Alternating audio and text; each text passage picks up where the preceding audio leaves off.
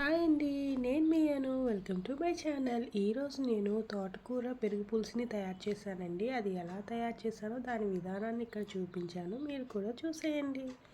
Stove on చేసుకొని కళాయి పెట్టుకొని ఆయిల్ వేసుకొని అందులో కొద్దిగా మెంతులు, జీలకర్ర, ఆవాలు వేసి వేయించుకున్నాను. మెంతులు బాగా వేగితేనే టేస్ట్, లేకుంటే చేదుగా ఉండిపోతాయి. అందులో కచ్చాపచ్చాగా దంచిన అల్లం, వెల్లుల్లి, కొద్దిగా కరివేపాకు, ఎండుమిర్చి వేసి వేయించుకున్నాను. ఆ తర్వాత కట్ చేసి పెట్టుకున్న తోటకూర ముక్కల్ని అందులో వేసుకున్నానండి.